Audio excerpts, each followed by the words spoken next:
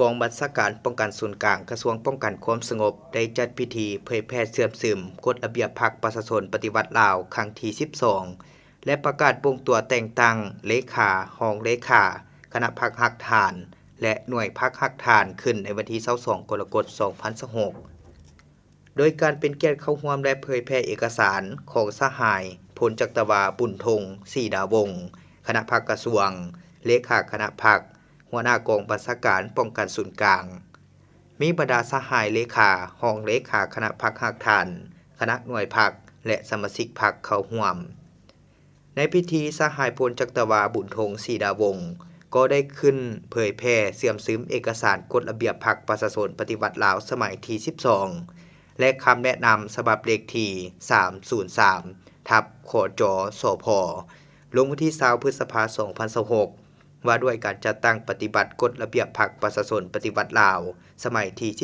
12 จุดประสงค์ก็เพื่อเป็นการแนะนำอธิบายบางเนื้อในคำศัพท์และบางประโยคคำเว้าที่กำหนดอยู่ในกฎระเบียบพรรคให้จะแจ้งเข้าใจง่ายเฮ็ดให้คณะพรรคคณะบัญชา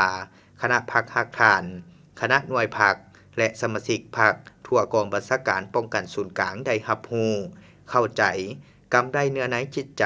เอกสารถูกต้องต่อกฎระเบียบของพรรคบรรดาข้อห้ามของสมาชิกพรรคอย่างลึกซึ้งและทั่วถึงเป็นเจ้าการเคารพและปฏิบัติกฎระเบียบพรรคประชาชนปฏิวัติลาวสมัยที่ 12 อย่างเข้มงวดเพื่อรับประกันให้กฎระเบียบพรรคประชาชนปฏิวัติลาวสมัยที่ 12 ได้รับการจัดตั้งเผยแพร่เสื่อมซึมและเป็นบ่อนอิงให้คณะบริหารงานพรรคแต่ละคัน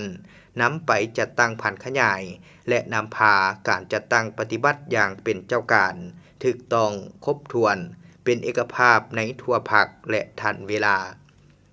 จากด้านสหายพันโทศรีวิไลวงศ์พิมพ์คณะพรรคกองบัญชาการหัวหน้าห้องการเมือง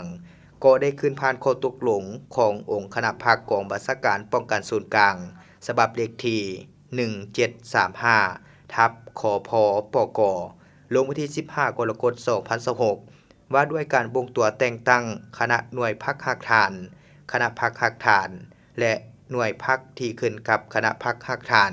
อ้อมข้างองค์คณะพรรคกองบัญชาการป้องกันศูนย์กลางในนี้ได้บ่งตัวแต่งตั้งสหายพันโททศกัณฐ์พรหมจันทร์เป็นเลขาคณะหน่วยพรรคฮักฐานห้องเสนาธิการสหายพันโทบุญมีสิริมนดีเป็นห้องเลขาสหายพันโทสมศรีดวงดาราเป็นผู้กวดกาพรรคและได้บ่งตัวแต่งตั้งเลขาห้องเลขาคณะหน่วยพรรคขึ้นกับคณะพรรคฮักฐานคือคณะพรรคฮักฐานห้องพลาธิการจำนวน3หน่วยพรรคมี6สหายคณะพรรคฮักฐานกองพัน120มี4สหายคณะพรรคฮักฐานกองพัน121จำนวน2หน่วยพรรคมี8สหาย